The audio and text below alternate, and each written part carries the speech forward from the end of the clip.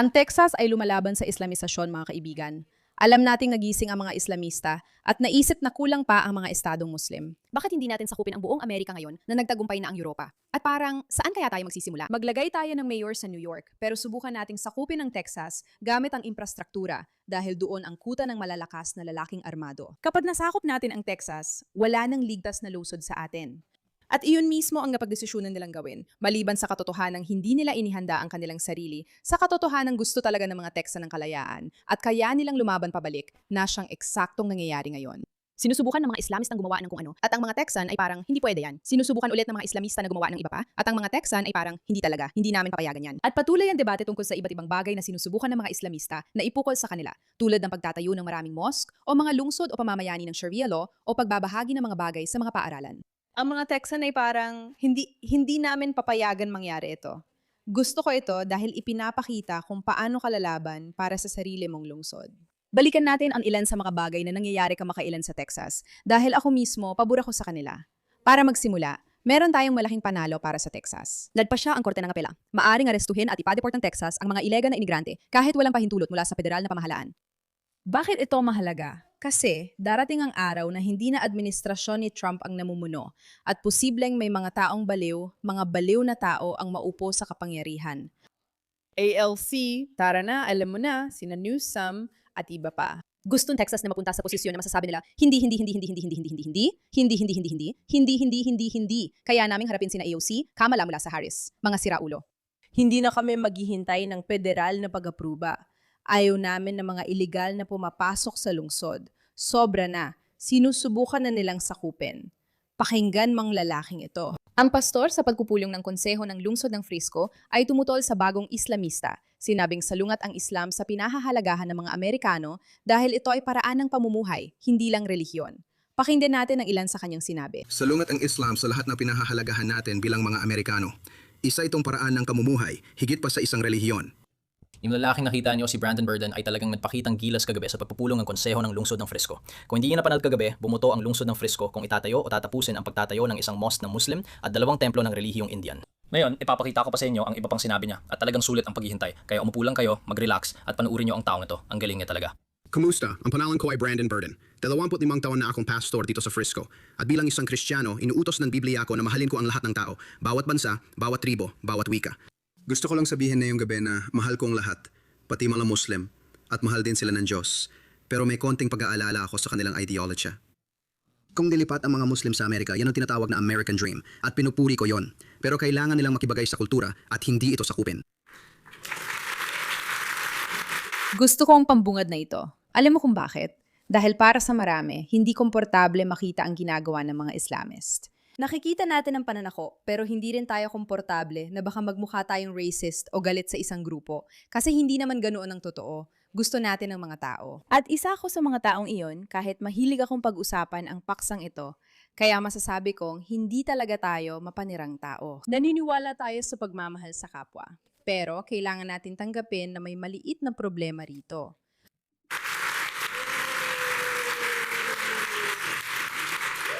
Ang Islam ay salungat sa pinahahalagahan ng mga Amerikano dahil ito ay paraan ng pamumuhay, hindi lang relihiyon. Ang relihiyon ay sistema ng paniniwala, simbolo at gawain tungkol sa banal o supernatural. Ayos lang sa akin. Ang pampolitikang grupo ay organisasyon ng mga individual na may iisang ideolohiya o layunin sa pulisya para makuha at magamit ang kapangyarihan sa pamahalaan. Ang Islam ay hindi lang relihiyon, kundi relihiyon at estado rin. Socio-political itong sistema na gamit ang Diyos para sa agenda. Ang problema ko, hindi tugma ang Islam sa konstitusyon natin. Hindi ito tugma at dito nahihirapan ng mga tao. Mahalaga sa atin bilang relihiyon ang kalayaan sa pananampalataya. Mahalaga sa atin ang kalayaan sa pananampalataya, kaya tinututulan natin ang Islamisasyon dahil hindi ito pabor sa kalayaang iyon. Dahil sila ay isang grupong pampulitika na ginagamit ang kanilang relihiyon bilang panakip at ginagawa itong nakakalito para sa mga taong tulad mo at ako na maging komportable sa pagsasabing may isyu tayo rito. Isa itong kilusang pampulitika. Yun lang, simple, madali. O kung ayaw mong gamitin yon, ito ay isang relihiyon na naniniwala na wala nang ibang dapat magkaroon ng kalayaang panrelihiyon. Dahil dito, inaalis nito ang pinahalagaan nating halaga, na ang kalayaan ang pinakamahalaga para magkaroon ng kalayaang panrelihiyon ang mga tao.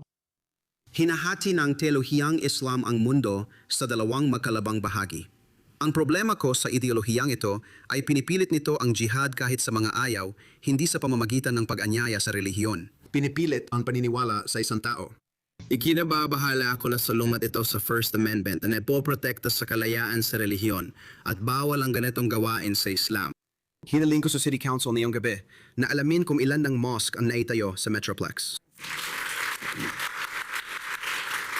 Ayon kay Sal Automatic, isang komprehensibong gabay sa mga mosque at Islamic schools, ipinapakita ng kanilang website directory na sa Dallas-Fort Worth pa lang, mayroon ng 74 na mosque sa Houston, may 95 at sa Austin, 14. Sa Texas, may 235 mosque. Kung lahat ng imam ay nagtuturo lang ang Quran sa mga mosque, wala akong problema doon.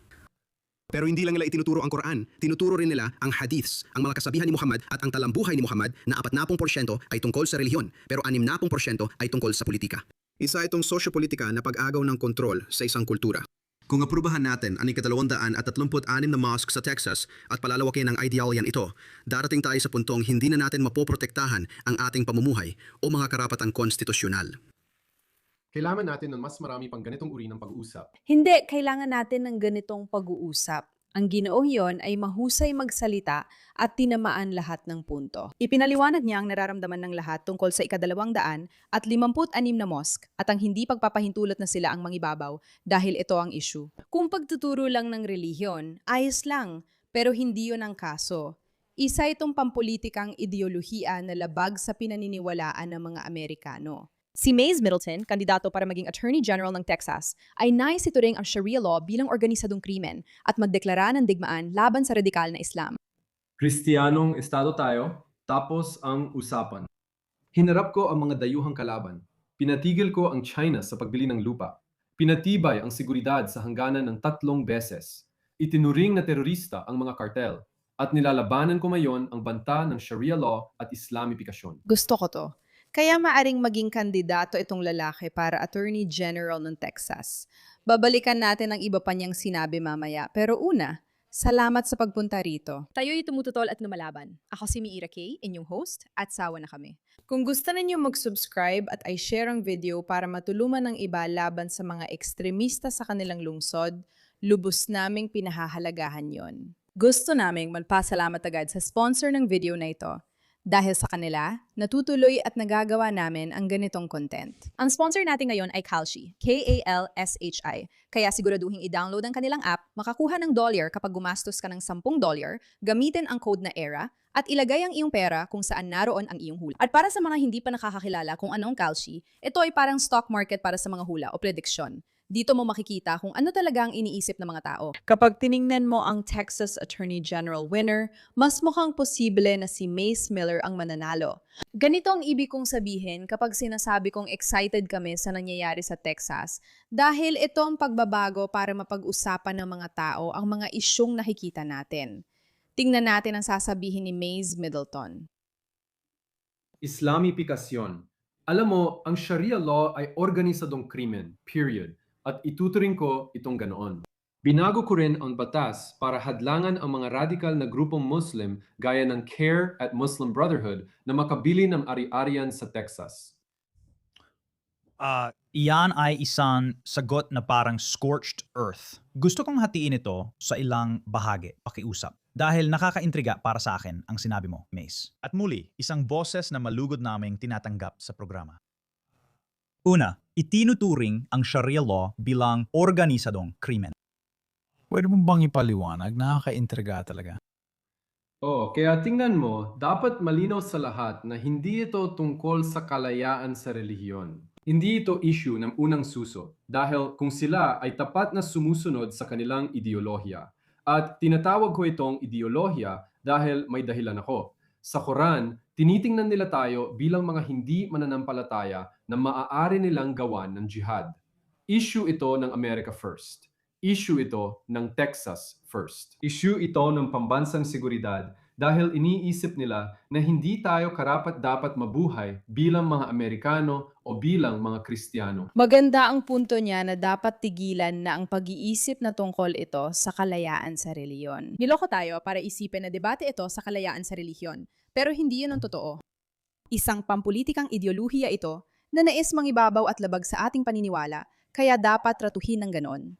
Hindi ito tungkol sa kalayaan sa relihiyon. Sobrang perpekto nilang ibinalot kaya nalito rin tayo. At ganito nila tayo pinahihina gamit ang Red-Green Alliance na nakita natin. At Benny, nakita ko ito sa Kapitolyo. 10 utos. Nabanggit ko na. Hulaan mo kung sinong naglobi laban doon. Ang CARE, di ba? Yung radikal na teroristang grupong Muslim. Ipinapakita lang yan kung ano ang pakay nila. Sinusubukan nilang sirain ang bansang ito at sinusubukan nilang sirain ang estadong ito dahil kumbinsido dito ang kaliwa. Kapag nakuha nila ang Texas, pati buong bansa sa kanila na. Hindi tayo makapaghalal ng isang republika ng Pangulo kung wala ang Texas. Alam nila yan at tinatarget tayo, tulad ni James Tellerico. Baliw talaga siya.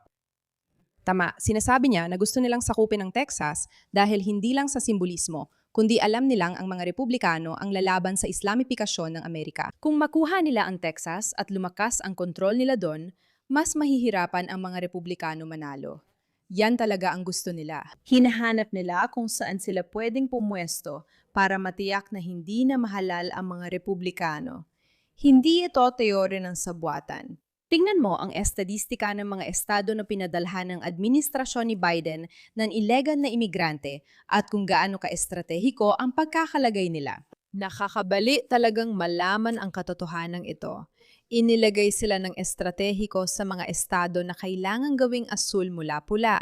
Yun talaga ang ginagawa nila. Ang estratehiya ay magdala ng maraming imigrante para laging manatili sa kapangyarihan ang mga demokratiko dahil nang sa dami nila. Ganun din ang patakaran ng imigrasyon ng mga Islamista. Eksakto rin yon ang sinusubukan nilang gawin. Sinusubukan nilang pumasok sa mga lugar para mabilis nilang maparami ang kanilang bilang, malampasan sa boto, at mailagay ang kanilang mga tao sa mga konseho. Yan ang ginawa nila sa Europa. At nakakabaliw na sinusubukan nilang gawin ito sa harap mismo natin. Ito ay isang tao na nagsasabing siya ay isang pastor at gumagamit ako ng air quotes dahil may dahilan ako. Kaya may biblical na argumento para sa aborsyon. Sige, hindi natin kailangang pag-usapan lahat ito, pero sandali lang, narito na naman ang isa pang tagumpay na nangyayari sa Texas. Dahil hindi lang naman ang mga sistemang pampulitika ang sinusubukan nilang sakupin, pati rin ang mga paaralan, gaya ng alam na natin. Distrito, Nagtalalaga sila ng punong guro na ayon sa kanilang social media, nag-post ng kontrobersyal na mga bagay tungkol sa Sharia law. Ipinantanggol at ipinaliwanag ito. Pati na rin iba pang issue. Nagpahayag ang distrito ng paaralan sa Wilkain Show na nalaman nila ang ilang lumang social media post ng mga finalist sa posisyong punong guro. Matapos ang pansusuri, napagpasyahang ilipat muna ng posisyon ang kandidato habang may investigasyon dahil posibleng lumabag sa social media policy ng distrito. Kausapin mo ako tungkol sa kwentong ito at sa mga alalahanin ng mga Texan sa paglaganap ng Islamismo sa Texas. Tungkol naman sa mismong kwento, malinaw na sinabi ng ahensya ng edukasyon na ang ganitong asal, mga komento at hindi pagkakatugma sa mga pagpapahalaga ng Texas, pati na rin sa batas ng Texas ay hindi katanggap-tanggap at ang mga taong ganito ay hindi maaring maging punong guro. Kasunod ito ng aksyong ginawa namin. 2 linggo lang ang nakalipas laban sa isang organisasyong Islamiko na nagtangka magtatag ng Tex AM na halos katunog ng Texas A&M bilang universidad kahit walang autoridad. Isang kaso, ang isinapapaipasara sila dahil sinusubukan nilang mag-operate ng ilegal. Kasunod ito ng insidente sa Grand Prairie, Dallas, kung saan nagtangkang magdaos ng Muslim-only event sa pampublikong parke. napag-usapan natin ito ng mabuti. Kaya, ito ang mga hakbang na pwedeng gawin ng bansa o estado para labanan ito at bahagi ito ng hakbang ng Texas. Magkaroon ng kapangyarihan sa pagpili ng papapasukin, lalo na sa mga imigrante. Klarong matutukoy ang issue. Hindi ito tungkol sa kalayaan sa relihiyon, kundi isang ideolohikal na pananakop. Itigil ang mga infrastrukturang ginagawa. Tukuyin ang Sharia law sa tunay nitong anyo at gawing illegal ang ilang bahagi nito. Harangin ang gustong pumasok sa kapangyarihan at sabihing hindi ka pwedeng manturo sa paaralan. May iba pang paraan gawin ito. Dahil ang tungkol sa paaralan ay talagang nakakabaliw at talagang pinupush nila ito ng todo. Ako ang presidente ng High School Republicans sa Wiley East. At ngayon, merong isang organisasyon na tinatawag na Why Islam na may malaking booth sa harap ng paaralan namin ngayon. At namimigay sila ng mga hijab sa mga Muslim na babae sa buong high school. Namimigay din sila ng mga Quran. At meron din silang mga polyeto tungkol sa Sharia law at iba pang bagay tungkol sa Islam. Namimigay din sila ng mga bag na ito. Kita mo, napaka-sopistikado talaga nila. Dinadala nila ang mga imigrante. Binubuo nila ang pisikal na infrastruktura.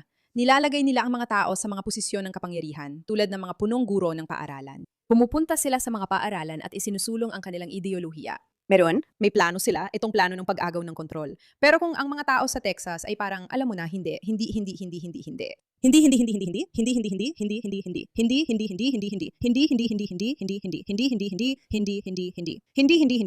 Ibig sabihin, may problema ka. Kaya si Amy Mack ay malaki ang ginagawa rito. Breaking Texas, Sharia Imam pinaranggalan, Kristiyanong bayani lumalaban. Paano natin hinahayaan ang ganitong kasuklam-suklam na bagay sa Harris County? Salamat matapang na Mary sa iyong pagtindig. Pagpalain ka ng Diyos. Kagabi, inimbitahan ng Harris County Commissioner's Court ang militante na Imam Sheikh Walid Bosioni. Ito ang parehong imam mula sa Clear Lake Islamic Center na aking ibinunyag na tumatanging tawagin ng Hamas na isang teroristang organisasyon, bla bla bla bla bla. Sige, kaya may Kristiyano mula Texas na pumunta sa pulong na ito at tinutulan ito, gaya ng makikita sa video. Pinapaalis ko na ang ating tagapanguna sa seremonya ngayon sa ngalan ni Commissioner Garcia na nag-imbita. Ikinararangal at ikinagagalak naming tanggapin na yon si Sheikh Walid Basioni upang sabihin na ito ay isang problemang kailangan ninyong harapin. Itong mga taong nagsasabing, ikinararangal namin dalhin ang Islamisasyon sa ating lungsod. Hindi ninyo dapat ikarangal ito. Hindi ito isang bagay na dapat ipagmalaki o ikatuwa. Heto ng huling paksa natin, isa pang Kristiyanong pagsisiwalat laban sa CARE. Sa mga hindi pamilyar, ang CARE ay organisasyong nagtatrabaho para sa Islamisasyon ng Amerika. Dapat alam nyo na ito ngayon.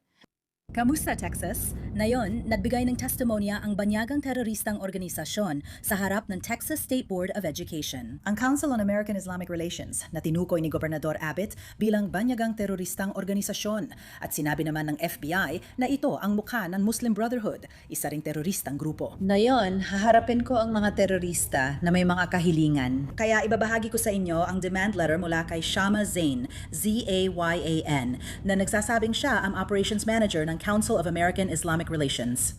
Sige.